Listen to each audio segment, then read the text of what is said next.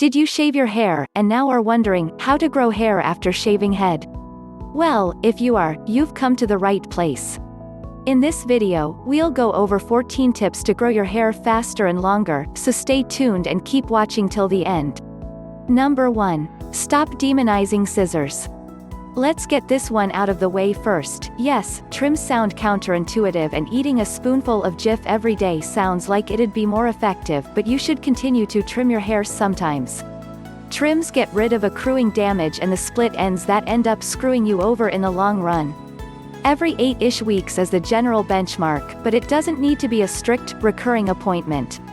Just keep an eye on your ends, especially if you have a coarse texture, heat style, or color often, and make sure your stylist is only taking off what's necessary. Ask for a dusting, a baby trim. Number 2. Study your shampoo bottle. The secret to maximizing the hair growth process is babying your hair at all times, including in the shower when it's wet and vulnerable. Use a very gentle, naturally based cleanser, says Dr. Dominic Berg, a trichologist and chief scientist at Evolus Professional, and avoid things like SLS and SLES, parabens, and silicones, which is often seen as dimethicone on labels. These harsh ingredients can build up on your scalp, clog your hair follicles, and sabotage your grand hair growth plan. Number 3. And maybe spend less time with it.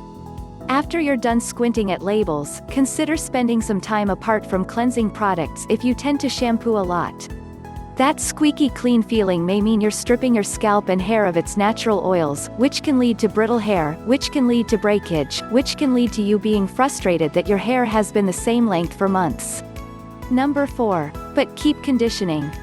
A hair growth journey is an excellent excuse to treat yourself to a quality leave-in conditioner, deep conditioner, Audrey Hepburn approved pre-poo conditioner, or luxurious hair mask.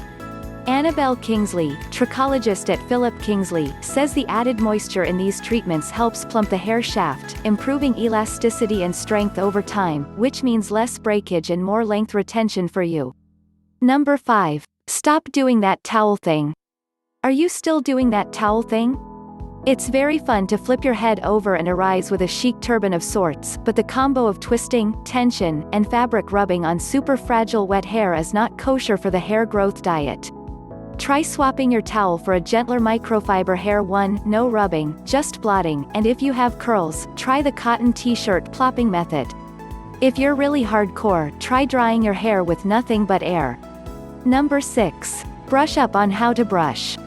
You'll probably need to brush your hair at some point, and when you do not employ the Marsha Brady 100-stroke method. Only brush your hair gently when you truly need to, and make sure it's with a gentle brush. Opt for one with rounded, plastic prongs and a vented, cushioned base, Kingsley advises. Whether you're combing, brushing, or detangling, always start from the ends and work your way up to avoid breakage in a disturbing Princess Diaries situation. Number 7. Then give your hair some space. Beyond the gentle brushing, try to leave your hair alone as much as humanly possible. That means cutting down on hair drying, flat ironing, curling, chemically straightening, dyeing, teasing, baking it in the sun, and yes, even crimping. The less you alter it and mess with it, the more it can truly thrive.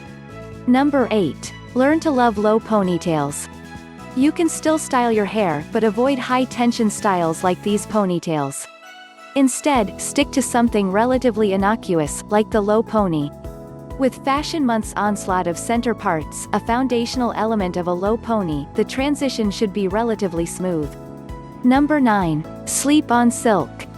For the 1000th time, encouraging your hair to grow to impressive lengths means treating it like the fragile baby it is, so start sleeping on silk pillowcases to cut down on tangles, breakage, and damage, and preserve all your hard work from following the aforementioned steps. This step is a fun one because silk pillowcases feel really nice and are good for your face, too. Number 10. Chill out. Berg admits this is probably the hardest tip to follow, but if you want your hair to grow, you need to calm the F down. Your body knows that your hair isn't essential to maintaining your life, like your heart, lungs, and brain are, so when your body is under stress, it will move any available nutrients and energy to those essential organs and away from your hair. If you're freaking out, you risk prematurely sending your hair follicles into the resting phase, which means any growth will proceed at a glacial pace while your body focuses on more important things. Number 11. Try massaging your scalp.